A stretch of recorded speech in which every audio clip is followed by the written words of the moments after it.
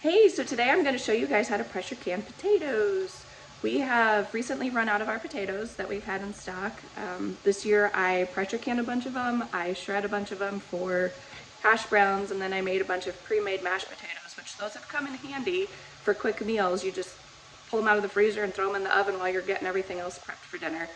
But anyway, we have run out of canned potatoes, and I love these to make soups with because the consistency that the potatoes get whenever they're pressure canned is just perfect for soups. You can throw them in real quick, and it makes for a quick, easy dinner when you've got a bunch of veggies that you can just throw in a pot and heat up, and then you're ready to go for dinner. So follow along with me today, and I'm going to show you how to do some pressure canning.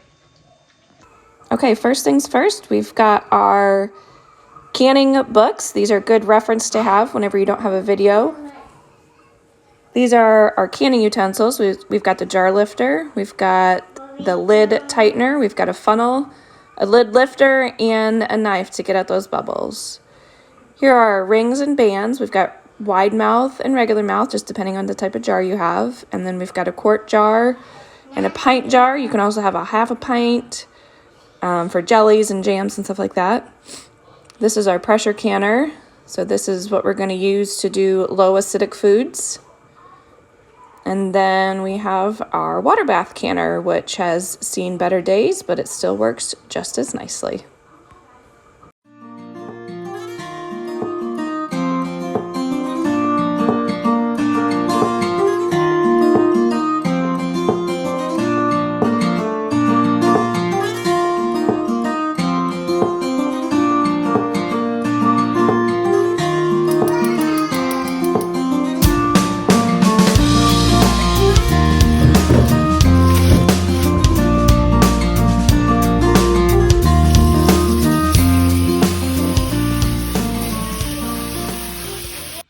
Okay, so here we are getting our potatoes ready.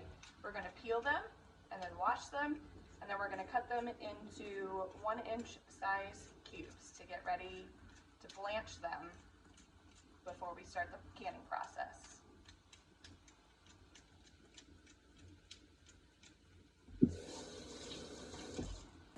Definitely save these potato scraps for the compost, and that will be another video for another time. Alright, we've peeled them, we've rinsed them off, and now we're cutting them into the 1-inch cubes. And then we're going to give them another final rinse after this.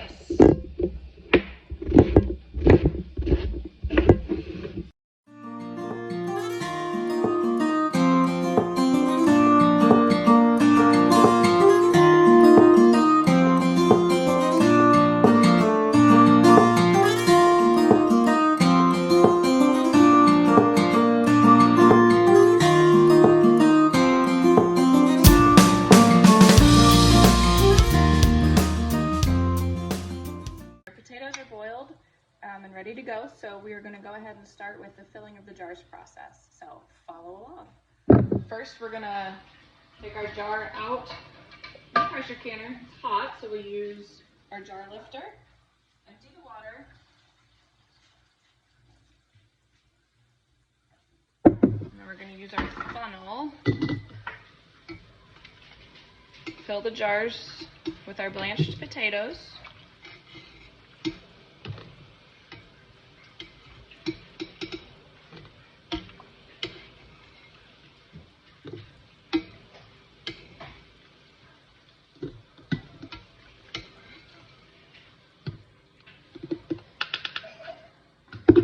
Fill them as much as you can so that they don't sit on the top. And for a quart, we're going to add a teaspoon of salt.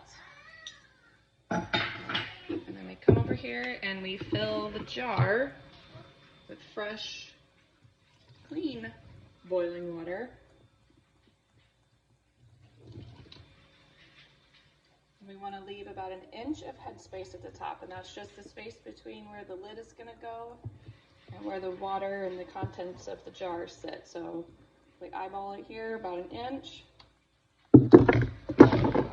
Then we take our handy dandy butter knife and we want to kind of push down on the sides of the jar like this to release any air bubbles that might be trapped between potatoes, in between the potatoes with the water, okay? So we got the air bubbles out.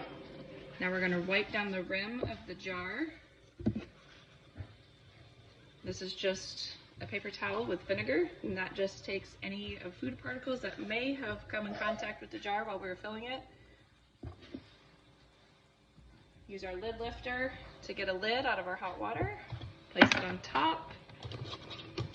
Put the band on, finger tight. So that means you don't have to go really, really tight, just like that. And place the jar back in the pot. And then we repeat until we've got all 7 of our quarts filled. Okay, we've got our jars filled in there.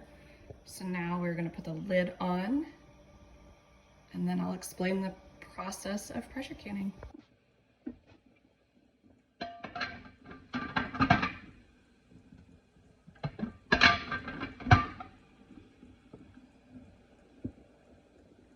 Okay, so we've got the lid locked on tight here.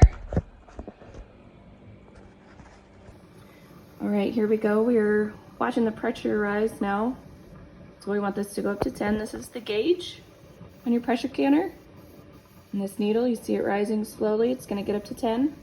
So when it gets there, we're just gonna turn the heat down onto low and try to maintain a steady pressure at 10 with the amount of heat that you're given.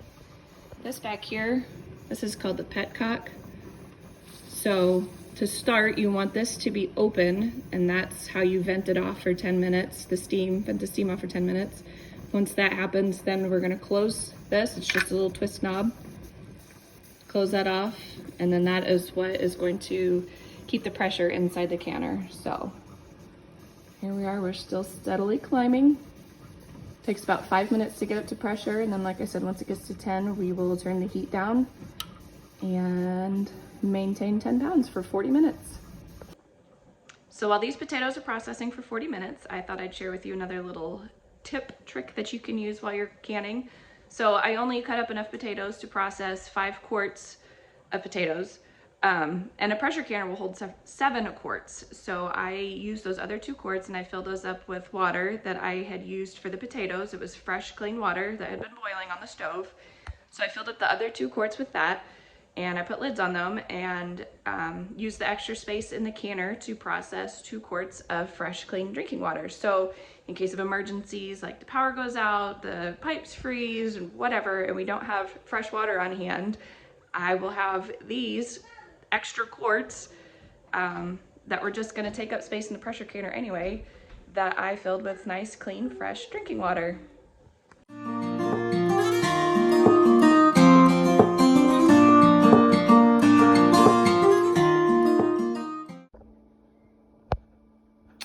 All right, here we are.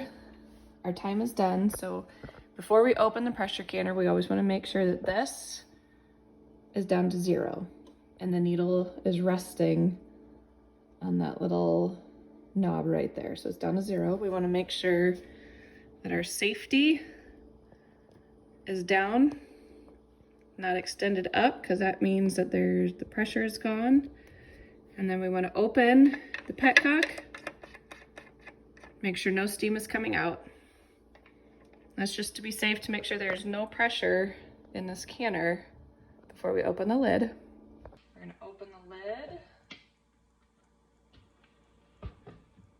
And then we're gonna open it away from us this way so that steam can come out, not in our faces, but towards the back of the stove.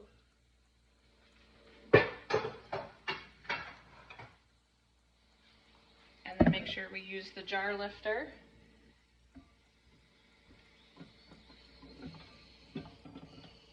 And pull our potatoes out. I'll set these on a paper towel on the counter. Leave about 1 to 2 inches in between of them so they can cool down properly.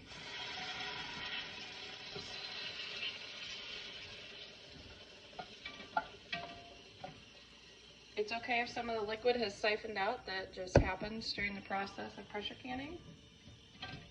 And if any of the lids have become a little bit loose, that's okay too, because that also happens. Do not try to tighten them down, because that will interrupt the seal.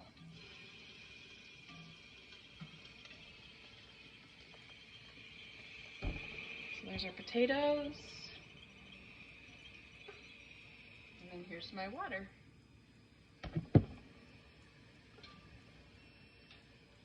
Now we want to let these cool on the counter uninterrupted for about 12 to 24 hours. And after that, then we will check the seals and make sure that they've all sealed properly. And once we're done with that, we take the bands off for storage. That way, if there is a false seal, the bands won't tighten it down, and we'll be able to notice if the seals are bad or not while they're in storage. So we're gonna let these cool on the counter here for 12 to 24 hours, minus one jar, because I'm going to use it for dinner tonight. So it's gonna cool down for a little bit, but then eventually I'm going to end up putting it in the pot because we're gonna have vegetable beef soup, and I will show you what we're using for that also. All right, so tonight for dinner, we are gonna have vegetable beef soup. So we're gonna take one of these cans of potatoes that we did. We're gonna dump that in a pot with some tomato juice, some beef bone broth, corn, green beans, and ground beef that we cooked up with some onions and garlic last year. So yeah, we're just gonna throw that all in a pot. Everything is cooked because it's all been processed, and it's so easy. You just throw it in a pot, heat it up, and we're good to go for dinner. So thanks guys for watching. I hope you guys learned something. Biggest thing I can say with canning is don't be afraid. You're gonna have some mistakes, and that's okay. Jars aren't gonna seal. That's okay. I don't know if you can hear it in the background, but they're popping, so that's a really good sign. But anyway, thanks for watching. Keep checking my channel, subscribe if you'd like, and we will see you on the next time. Thanks.